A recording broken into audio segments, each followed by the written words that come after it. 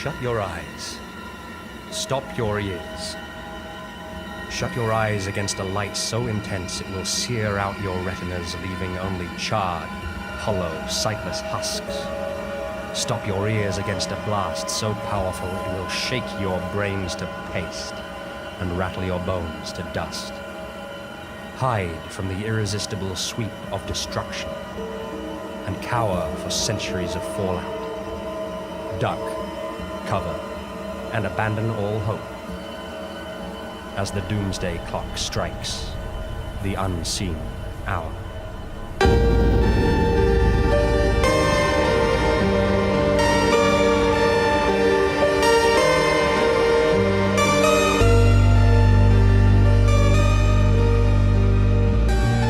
Our planet swarms with life. An ocean of humanity heaves around its surface, swelling ever larger. And yet, the eddy and flow of these billions is orchestrated from ever fewer focal points, seats of power with inconceivably far-reaching influence, where crisis after crisis and decision after decision reshape the landscape on a daily basis.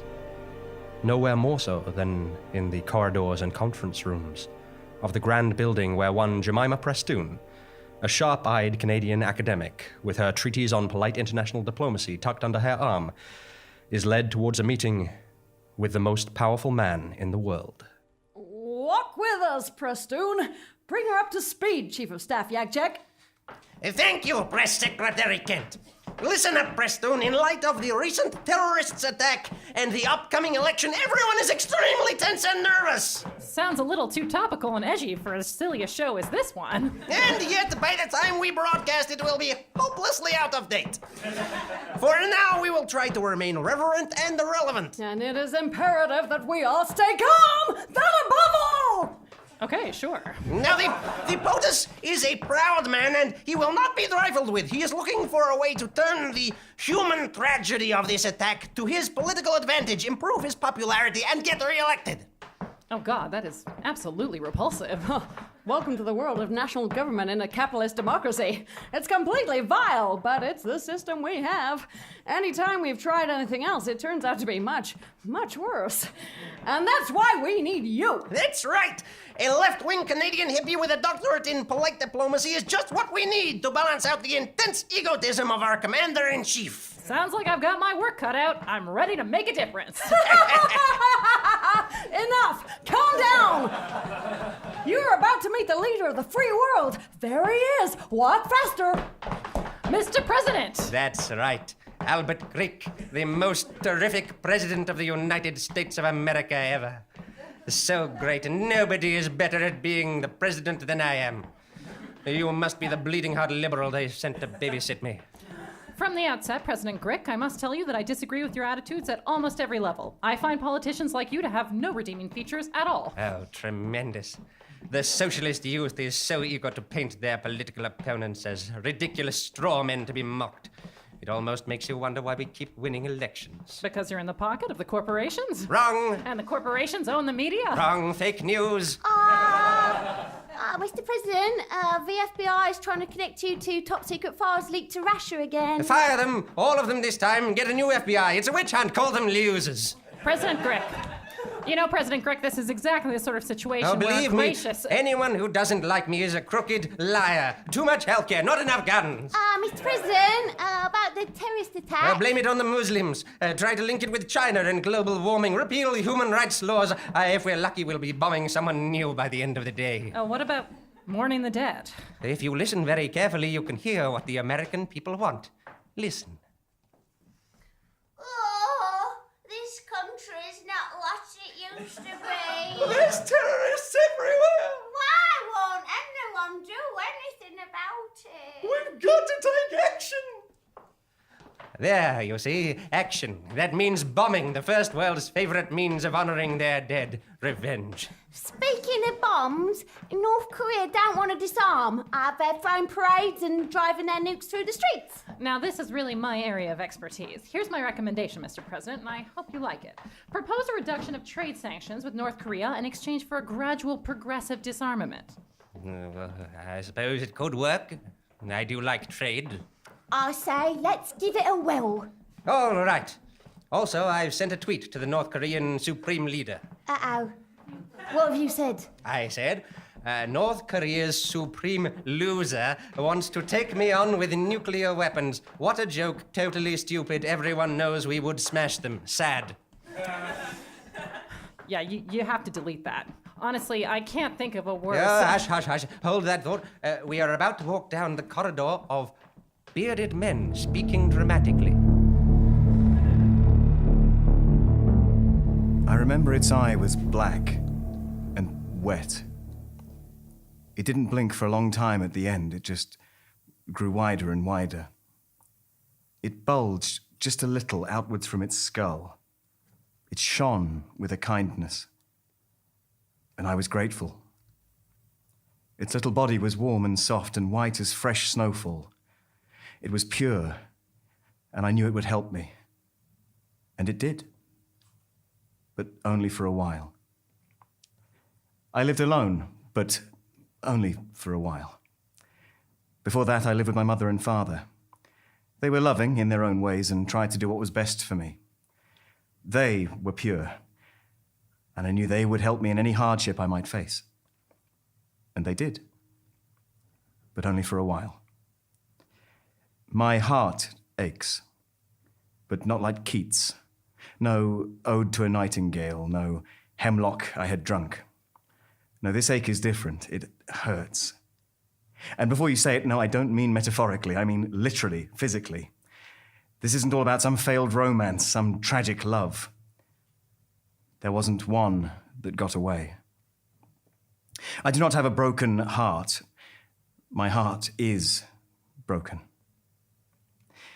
People speak of having heartburn, don't they? But if only they felt what I feel, then they might understand. I don't want you to understand. I want it to stop. I can feel my heart growing smaller. Perhaps the word growing gives a misleading, genteel sense of it. It's far from genteel. It cramps, contracts in aggressive spasms, like dull metal buckling and folding in on itself, like the hull of a submarine far out of its depth, pressure and atmosphere crushing and pushing. What is meant to be a strong, wet ball of muscle is becoming brittle and dry and rusted with blood. My blood is bad, you see. Well, what little of it there is now. A condition that's scarcely taken seriously by these so-called medical professionals. I was hospitalized, taken in by my mother. Blood poisoning, they said. Samples were abnormal for human blood. Hooked up to machines to take my blood out of me, then clean it. Take my blood out of me. I told them I'd tried this very same thing before. I got rid of the bad blood. I told them my little friend had helped me, that he gave me this, his little black eye had urged me to. Rabbits are such gentle souls, it sensed my pain and saw me turning bad again. They're killed as pests, you know, in some areas. Just hunted down in such a senseless waste. They said they put it all back in, brand new, fresh blood, but how am I supposed to believe that? I saw them take it. There's barely any left. Blood is meant to flow, not wheeze. To pump with strength through rigid veins and arteries, not cough and sputter, or worse, then still to drift through weakened valves like ash on a light breeze. Lethargic. It's not meant to fall down dust-caked pipes, to crawl through arid corridors. My fingers, my wrists, my forearms all seem thin as paper. And if I look, I can see a flurry of red ash where blood should be. I wonder. It's 2:05. My heart twists sharp, and with a rasp crumples in my chest. A kindly cat had last week sated me, but my veins are running dry once more. Another sharp stick. The rusty bellows choke out what vitality I have left. This one was bad. The pain, excruciating, knocks me to the ground. I gasp, but the air I'm desperate for only hastens the contraction in my chest with each unbearable breath. There is no time, no rabbit, no cat. Each bird evades me. I cannot. I do not want to. I try a door across the street. It's locked. The house across, locked again. a dagger in between my ribs. Now 2 doors down. There has to be someone, anyone, to help me. The handle clicks open and I'm granted sanctuary. Some noises in the back room. The TV? No, thank God someone's home. I stand, stooped, bent double before him. His eyes are black and wet. He didn't blink for a long time. His eyes just grew wider and wider. They bulged just a little outward from his skull. I'd startled him. I must have given him quite a shock. I hardly looked my best. Another wrench. My arteries contract, forming vacuums in my limbs. No words, no time. It's not my fault. It is not me. It's this disease that dries me, binds my cells. It's simply a necessity. It's them or me. Survival. Please. A clumsy blow sends him now to the floor. His pulse beats thick with what I need. Another twist, a gouge, then push, then shh, shh, shh. Don't fight, don't shout, just shh, shh, shh. I just need this one, then the chore is done. And I can breathe again, and blood can pour from you and into me, and drench these dusty, barren veins to give me life, to save, sustain this fragile frame of mine again. I'm fine. I'm fine again, just fine. Don't you worry, I'm just fine. I wandered home in euphoric daze and felt the vital stuff deluge and course first through my chest, then limbs and digits. A painless breath, my heart was mended. Mother and father will be so pleased. When I close my eyes, I see his eye, still black and wet and wide, with vessels burst around the iris. He shone with a kindness, and I was grateful. He was pure, and he helped me. But only for a while.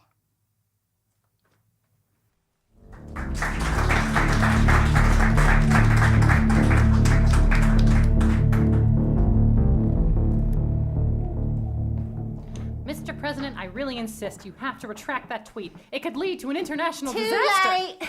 The Supreme Leader of North Korea has responded. Ah, good. Probably falling in line. I always know the best way to deal with things. Nah. He says, Grick is all talk. If he disrespects me further, we'll blast him and or his allies. He's all talk and doesn't have the guts to move against our glorious empire. End quote. How dare ye? I have guts. I have more guts than he does. I've said this. I have plenty of guts. Believe me, there's no problem with my guts. Ask anyone. Yeah, don't let him talk to you like that. Let's bomb him a bit. Good idea. You there, Defense Secretary Perch. Do we have any bombs or missiles we can fire at North Korea? Oh my, Mr. President, I would be very careful of provoking them. Yes, listen to her. Well, the people are alarmed. Bombing some foreigners will make them feel better about the immigrants. Any increase of aggression between us and another nuclear power could result in the activation of the obligatory offensive for extensive elimination of opposition through Oppenheimer obliteration. Ooh, ew. Who cares? My pride is at stake. All right, calm down. Calm down! Wait, what is the obligatory offensive for extensive elimination of opposition through Oppenheimer obliteration? Ooh. It sounds rotten. It certainly is rotten. The obligatory offensive for extensive elimination of opposition through Oppenheimer obliteration, ooh, is a doomsday device. It's a 50-year-old computer program that still runs on punch cards, but has the access codes to all of our nuclear warheads. It will activate automatically if we reach DEFCON 1. Is one the highest? Yes, how do you not know that? All right, calm down. Calm down! Everybody calm down! If we remain at DEFCON 1 for more than an hour, it cannot be deactivated. The missiles will be launched. That seems like a completely insane system. The entire concept of nuclear war is insane. The very idea of mutually assured destruction is so catastrophic that a fail-safe doomsday machine is essential in order for the threat to be real. Because no psychologically stable human being would ever fire those missiles. Fortunately, we do not have that problem. Where's the big red button? I'll show those South Koreans. North Koreans. Whatever, calm down! No.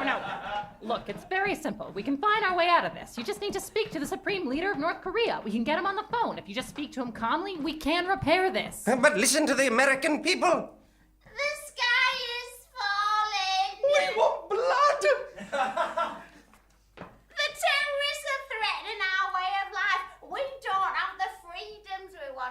Somebody's gonna pay. I don't care who, so long as it's not me. Mr. President, it is your duty to protect these people. They don't know the danger they're facing. Of course not. Losing a war is unthinkable. Winning is all we can imagine, so not having a war is very unappealing. And what's more American than winning? Not having a war is un-American. They may not be able to imagine the destruction, but you can. You can see the reality of the situation, and you can avoid a war. Do you think it would get me re-elected? It will mean being peaceful? Well, there'll still be a country to elect you. Fine. Featherstone, get the Supreme Leader of North Korea on the phone. What you are? Yeah. Yeah. Okay. Yeah.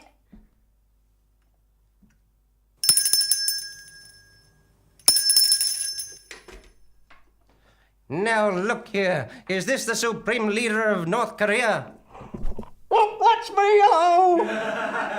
Chairman of the Workers' Party of North Korea, the Central Military Commission, the State Affairs Commission, Supreme Commander of the Korean People's Army, the Presidium, member of the Politburo Standing Committee of the Workers' Party of Korea, Chess Grandmaster, crack shot, sharpshooter, judo champion, and best at golf in the whole world. A little bit about me there, in case you were wondering. Listen, there's been a slight nuclear misunderstanding. If we... Did you say best at golf? Yup!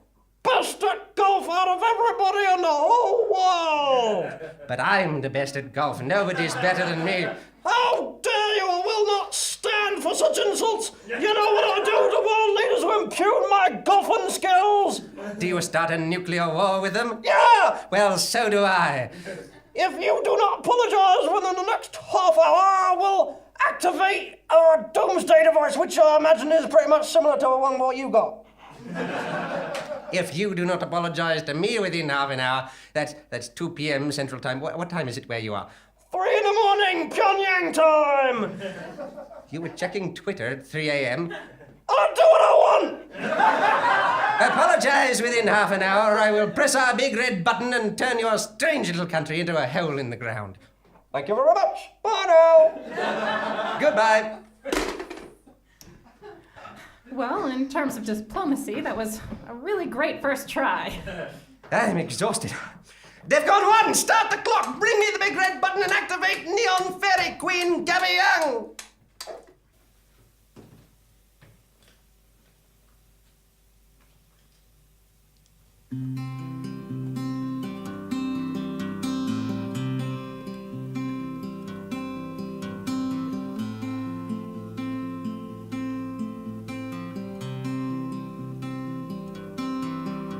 My dear, I fear of flying. I noticed it when I was shying away.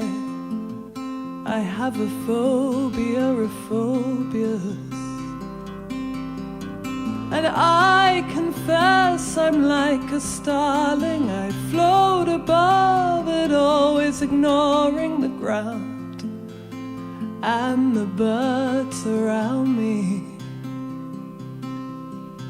When that fear overcomes, I can't help to feel numb, and I know that the sun is fighting through somewhere, but I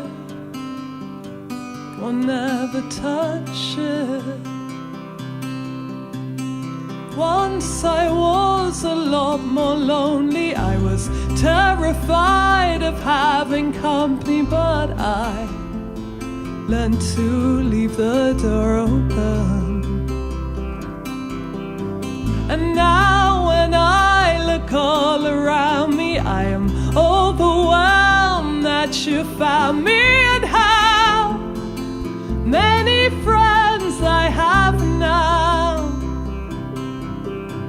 When that fear overcomes, I can't help to feel numb, and I know that the sun is fighting through somewhere, but I will never touch it.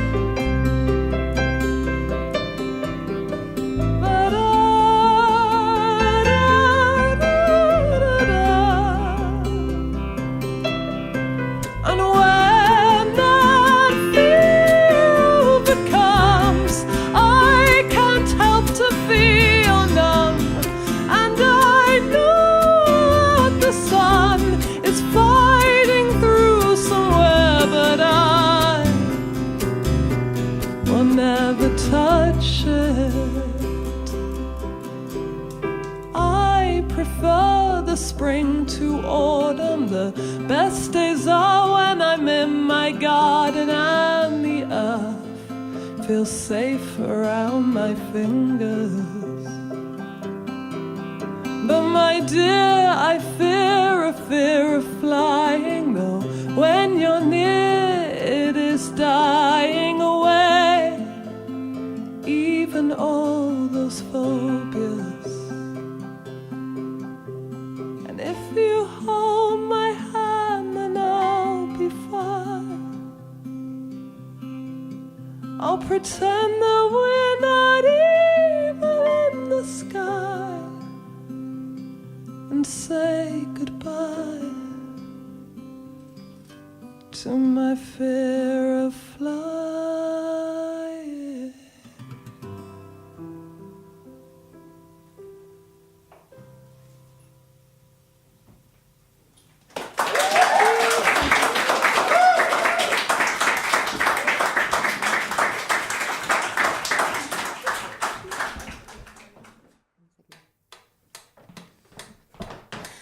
Mr. President, the obligatory offensive for extensive elimination of opposition through Oppenheimer obliteration, OOE, is now active. In a few minutes, we will no longer be able to deactivate it. This is a disaster. It was your idea to call him on the telephone. None of this would have happened otherwise. Let's call him back and say sorry. Yes, I have a whole chapter on saying sorry. This is senseless. Nonsense. This is what the people want. How is this what the people want? You should keep them safe. And they don't want to be protected. Listen to them.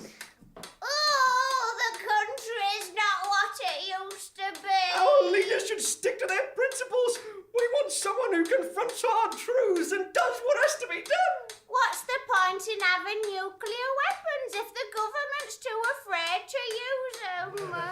You see, they want someone to win them a war. But nobody wins a nuclear war. Time is running out. But the election. We're all gonna die. Yeah, we really are. All right, call the lunatic.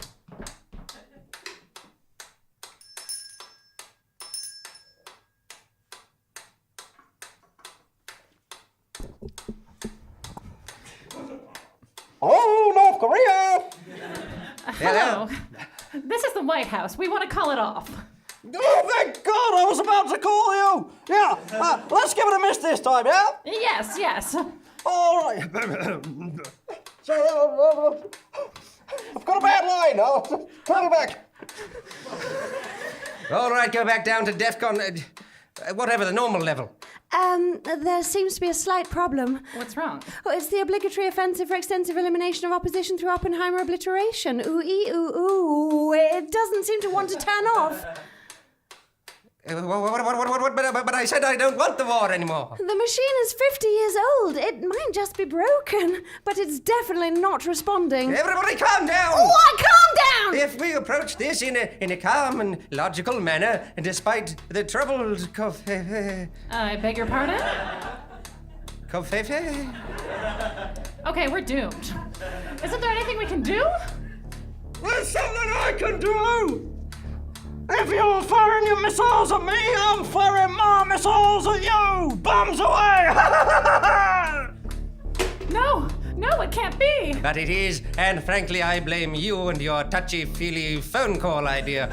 If we just stuck to unvetted tweeting and macho saber-rattling, everything would have continued as normal with the usual internal paranoia and institutionalized panic and fear-mongering and no apocalypse at all. Surely part of the blame should be on the old faulty machine. Let's not point fingers. It's too late for that. I've always wanted to press this button. Here come the warheads! Fire! Fire! Fire!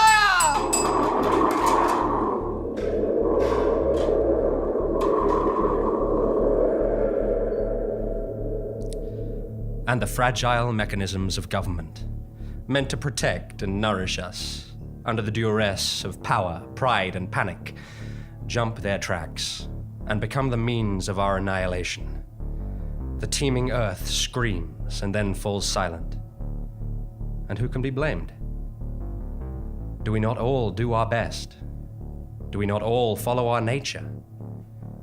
Do we not all make our contributions, whether by upholding our principles, following our hearts, or simply casting our votes? In hopes that we may, in hopes that we might By a few more years, delay the unseen hour.